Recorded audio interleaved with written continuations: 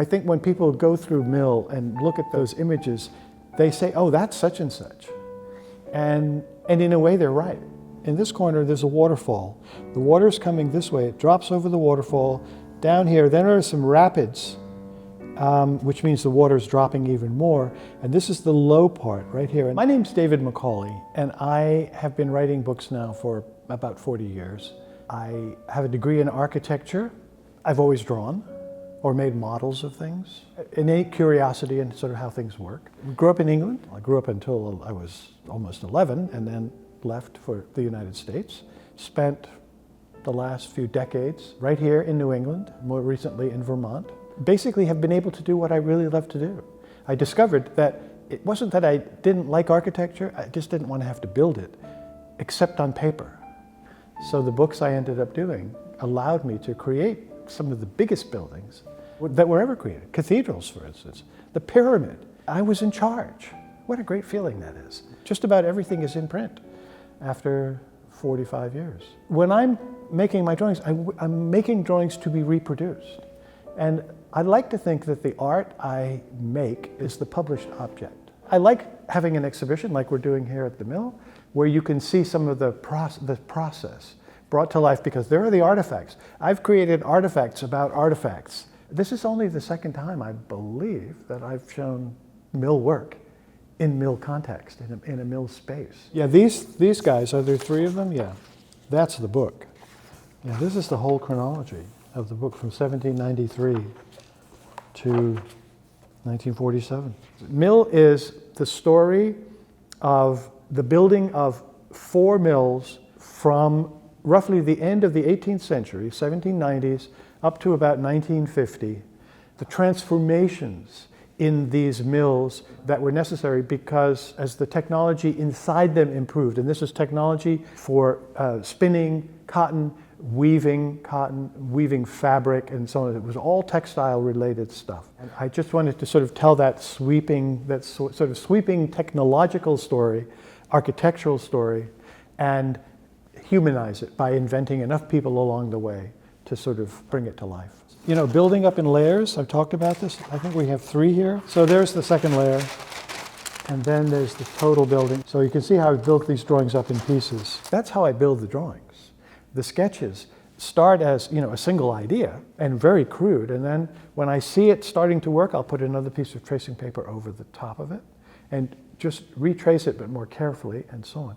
And gradually, I end up with half a dozen tracings, layers, until the last one is the one that I would say, that's the piece of art. For me, drawing is seeing.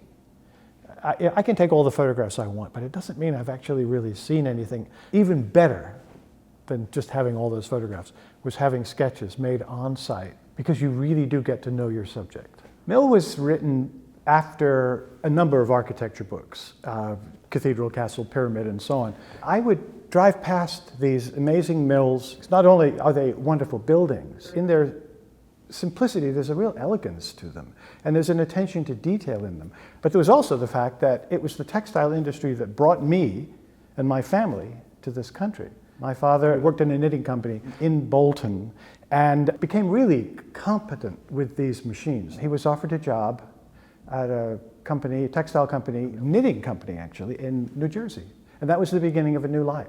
From the beginning, from Cathedral and City and Pyramid, I decided that I would want to invent my own version, because it would give me the freedom to introduce the best examples from lots of different places. I did not want to waste my time tracking down information about people's birthdays and actual spellings of their names and stuff like that, a level of detail that really wouldn't make the book any better. If you don't invent your own scene, you have to be a scholar at that point. You crossed a different bridge. When I came up with dates, they were based on real things. And when I chose a particular kind of mill, it exists somewhere. Almost. If I had been the surveyor, I would have been looking for a site with a waterfall, perhaps, or some rapids, and sort of looking at that stretch of river. How long was it? Would we be able to guarantee that we would get enough power to turn a water wheel, and perhaps if we built another mill, another one, and so on. This wonderfully unified architecture. You could easily read the function of the mills because of their layouts. You could tell that for some reason you wanted to be as close to windows, so you'd get light from both sides. There was an association to the water system. You could, if you took the time, see where the water entered a raceway and disappeared into the mill and then came out somewhere else. It's the stuff that not only explained itself to me as I began to look at it, but I realized it could explain itself to anybody who took the time to look at it. And I think that's why I began thinking about doing a book. I'm here to encourage people to ask questions by giving them some answers, by pointing out things in their own world, in their own sphere. Maybe their family members, a generation ago or two or three, worked in those mills. They very likely did. Use what's available to get people looking more carefully at things around them so that they develop an understanding that really supports the attachment they probably already have. And this is looking like down the river at the waterfall and so on. I mean, the research is one of the most difficult and perhaps the most enjoyable parts of this whole process, because you never know what you're going to learn. The only thing I know when I begin these projects is how little I know. Wherever there was a historical society, I would find myself there at some point in the Rhode Island area looking at artifacts from mill life, the lives of people in the area who came first, the wealthy people, the not so, the workers, and so on and so forth. Not just reading and all that sort of stuff and absorbing, but it was going to these sites, it was going to these mills, it was walking through them. It was walking around a site where there used to be a mill, where you're only left with the sort of the raceway and part of the wheel pit perhaps, or a chunk of the foundation, where you're sort of cutting through the jungle and you discover this chunk of granite blocks, this segment of granite blocks that used to be the corner of a building. And you could begin to see, okay, there's another something over there, what is that?